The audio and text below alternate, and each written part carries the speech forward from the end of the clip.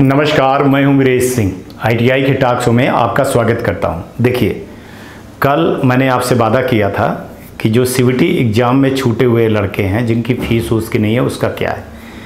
तो मैंने अपनी तरफ से जो बात थी वो डीजीटी तक कल ही रख दिया था और आज डीजीटी ने उस पर कुछ भी जवाब नहीं दिया है। लेकिन जो एक डिप्लोमेटिक जवाब, अब आप लोग थोड़ा सा समझें कि उसको ना तो हाँ किए हैं और ना ही ना किए हैं, लेकिन एक चीज़ बोले हैं कि अगर ऐसी कोई चीज़ गुंजाइश बचती है कि जिनकी फ़ीस नहीं जमा है, हम वो देख रहे हैं, एक दो दिन में हम ऐसी कुछ चीज़ें जारी करेंगे या एक ऐसी कुछ चीज़ें करेंगे कि जिसमें लड़कों की परीक्षाएं हो जाएं, लड़के वंचित ना रह जाएं। नहीं तो एक चीज़ जो मैंने आपको बताया था कि चाहे वो प्रैक्टिकल वाले हों, चाहे सीवीटी फीस नहीं जमा हो, जिनकी प्रैक्टिकल नहीं जमा हो या जिनका पीआरएन नंबर जनरेट हो गया था, बाकी सब चीज़ें ना हो, उस पर डीजीटी ने ये चीज़ें मान ली थी कि 1 महीने के बाद, मतलब 1 महीने आप मत समझिएगा, इस एग्ज़ाम के बाद उन जब अपना टाइम टेबल बनाएंगे उस समय पर आपका एग्ज़ाम जरूर करवाएंगे। प्राथमिकता के साथ बोल रहे हैं कि जो लड़के छूटे हुए हैं छूट जाएंगे, जो लड़के छूटे हुए हैं या जो लड़के छूट जाएंगे उनका सब का एग्ज़ाम एक बार दोबारा जरूर करवाएंगे। उनका मेन मकसद है कि कोई भी लड़का परीक्षा से ना छूटे। अभी बीच में कोई चीज़, नई चीज़ें कर देना एक मुसीबत मोल लेने जैसे हो जाएगा। तो अभी जो भी चीज़ें चल रही हैं, सक्सेसफुल चल रही है, तो उसको चलने दीजिए। अगर संभावना बनती है तो 22 तारीख के पहले कुछ वो करेंगे, अगर नहीं बनती है तो कोई बहुत ज़्यादा हड़बड़ाने की ज़रूरत नहीं है। आप इस चीज़ को समझ लीजिए, आपका इनके बाद आपका एग्ज़ाम हो जाएगा। ना तो आपका साल बर्बाद होगा, ना आपका टाइम बर्बाद होगा और ना कुछ होगा। देखिए, मैं भी आपसे बोला था कि मैं आपके साथ में बिल्कुल खड़ा हूँ। किसी भी हालत में एक बच्चा बिना एग्ज़ाम के नहीं रह जाएगा। लेकिन जब डीजीटी ने बोल दिया है कि हम एग्ज़ाम एक बार फिर से करवाएंगे, जो बचे हुए लड़के हैं लेफ्ट ओवर करके, देखिए क्या है कि बीच में बहुत मुश्किल से सॉफ्टवेयर जो है तो चीज़ों को हुई है, फिर और उलझ जाएगा। देखिए, और उलझ गया तो फिर काम नहीं हो पाएगा। एक और, ये तो आपको खबर बता दिए, 1 2 3 चीज़ें और आ रही हैं और वो बड़ी माने शंका खड़ी करने वाली हैं कि कुछ आईटीआई के प्रैक्टिकल के एग्ज़ाम के एडमिट कार्ड नहीं आए थे। ठीक है, तो उन्होंने प्रैक्टिकल का एडमिट कार्ड एडिट करके लड़कों को दे दिया। ये सोचने वाली बात है, बिल्कुल मैं बता रहा हूँ, सबूत के साथ बता रहा हूँ, लेकिन सबूत मैं अभी दिखा नहीं रहा हूँ। ये गलत है। आज भी जिनका पेपर था उसी इंस्टीट्यूशन का, तो बोले कि वो आपका जनरेट हो जाएगा और शाम तक जनरेट नहीं हुआ। और फिर उन्होंने एक कैसे जनरेट करके, मतलब माने किसी दूसरे का जनरेट करके उसको एडिट कर दिए होंगे, नाम और फादर नेम और फोटो लगा करके चिपका करके जैसे दिए हैं। हमको तो देख करके बड़ा जो है तो बिल्कुल डर लगा कि इतना सब कुछ कर जाने के बाद, मेरे रहने के बाद, इतना माने उजागर करने के बाद भी आज भी कुछ ऐसे आईटीआई वाले हिम्मत माने दिखा रहे हैं कि इस तरह की चीज़ें कर रहे हैं कि बताइए, माने लड़के का नाम नहीं आया लिस्ट में, फीस नहीं जमा हुई ऑनलाइन और खुद जमा कर लिए, और कितना लिए, 2200 रुपये लिए और अभी आगे मांग भी कर रहे हैं। लड़का 26,000 जमा कर चुका है। अब ऐसे में आईटीआई वाले ही बताएं और स्टूडेंट बताएं कि क्या करें।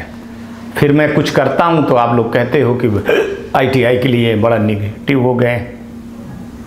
अब ये बताइए कि कितना बड़ा अपराध हो रहा होगा। और जो लड़के ऐसे हैं, मैं उनको बता दे रहा हूं कि जो गलत फहमी में आप हो या जो ऐसी चीज़ें करा रहे हैं, तो आप समझ लीजिए, बहुत बेसिक चीज़ समझिए कि आपका रिजल्ट नहीं आएगा जब पोर्टल पर आपका नाम नहीं है, जब आपकी फीस नहीं जमा है, जब आपको एग्ज़ाम देने नहीं है। हमको तो मैंने कैसे लगता है कि एग्जामिनर आए होंगे तो क्या एग्जाम लिए होंगे, क्या किए होंगे, माने कितना बड़ा फर्जीवाड़ा हुआ होगा कि किसी ऐसे आदमी को उठा करके ले आए होंगे, एग्ज़ाम करवा लिए होंगे, नंबर चढ़वा दिए होंगे। अब वो तो पोर्टल पे नंबर तो चढ़ेगा ही नहीं ना, लिस्ट नहीं आएगी तो नहीं चढ़ेगा। जब एडिट करके आपको दे रहा था तभी आपको जो है तो आवाज़ उठानी थी, तभी आपको पुलिस के पास जाना था। अब देखिए कल मैंने दिखाया था ना कि लड़के इतना हिम्मत करके मैंने कितना हंगामा किए, एडमिट कार्ड नहीं आया तो पुलिस तक आ गई थी, है ना, बहुत सारी चीज़ें चली गई।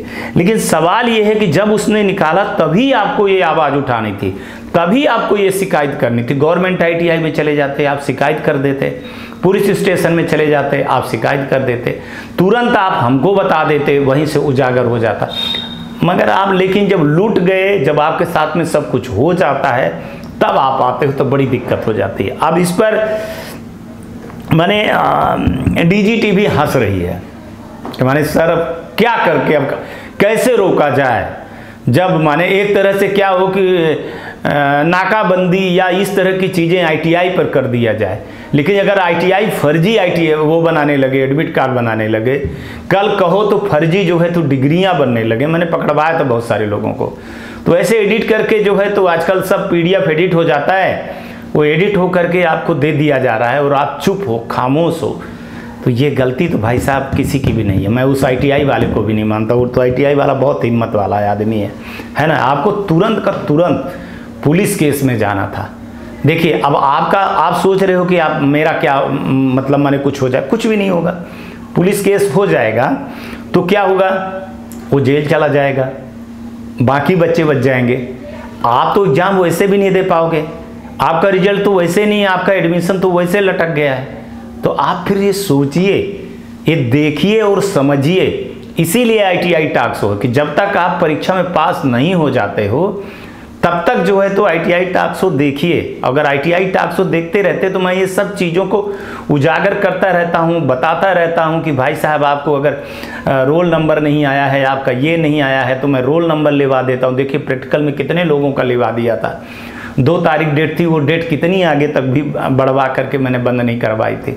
ऐसे CBT का भी फिर एक सबसे बड़ी चीज़ हो गई कि आपका उस समय पर एग्ज़ाम नहीं हुआ था, लेफ्ट ओवर में एग्ज़ाम हो जाता। मैं आप लोगों को बता दिया था न्यूज़ कि आप शांति के साथ रहिए। इस तरह के आप अब क्या कहूँ, मैंने निशब्द हूँ। मैं देख करके मैं कितनी सफाई से काम किया गया है कि माने एक नज़र से देखे तो पता भी नहीं चलता। वो आजकल PDF पे भैया और ऐसे ऐसे ऐप आ गए हैं कि कुछ भी हो सकता है ना। तो ऐसे जालसाजी से बचिए, और नहीं तो ज़िंदगी आपकी है, बाकी चीज़ आपके ऊपर है। आज तक के लिए इतना ही, कल आएंगे तो फिर किसी नए मुद्दे पर बात करेंगे। तब तक आप लोग अपना ध्यान रखिए, आसपास सफाई रखिए, बड़े बुजुर्गों का सम्मान करिए। ITI टॉक्स को देखते रहिए, औरों को शेयर करिए ताकि ये अवेयरनेस का प्रोग्राम उन तक भी पहुँचे। और गाड़ी धीरे चलाइए, हेलमेट पहनिए, पौधे ज़रूर लगाइए, 3 पौधे ज़रूर लगाइएगा। आज का भी दिन शुभ हो और आने वाला कल भी आपका बहुत बेहतर हो। चलिए नमस्कार, जय हिंद, जय भारत। क्या आप ITI CBT परीक्षा को लेकर तनाव महसूस कर रहे हैं? कृपया चिंता करना तुरंत बंद करें। स्वागत है आपका विषय लर्निंग में, जो ITI CBT परीक्षा में सफलता के लिए आपका वन स्टॉप सॉल्यूशन है। आप trade theory, workshop calculations, engineering drawing और एम्प्लॉयबिलिटी का अभ्यास कर सकते हैं, ये सभी एक ही ऐप में। लेकिन किन ट्रेड्स के लिए? Electrician, fitter, diesel mechanic, electronics mechanic, mechanic motor vehicle, COPA, welder, mechanical refrigeration और एयर कंडीशनिंग। विषय लर्निंग आपको ITI परीक्षा में सक्सेस के लिए उनके विशाल प्रश्न बैंक से कई ऑप्शंस प्रदान करता है। नंबर 1, प्रैक्टिस टेस्ट, इसमें unlimited practice test. Number 2, unit test, सभी सब्जेक्ट्स में प्रत्येक यूनिट के लिए 3 unit test. Number 3, mock exam, आपकी फाइनल परीक्षा के समान प्रारूप में 2 एग्जाम्स। क्या आपको मालूम है, आप नौकरियों के लिए प्रवेश परीक्षा के लिए भी इस अभ्यास का उपयोग कर सकते हैं। अभी इंतजार क्यों? MRP से 78% कम, सिर्फ 149 रुपए में पाएं ये धमाकेदार डील। अभी फोन उठाएं और कॉल करें 7063706303 पर।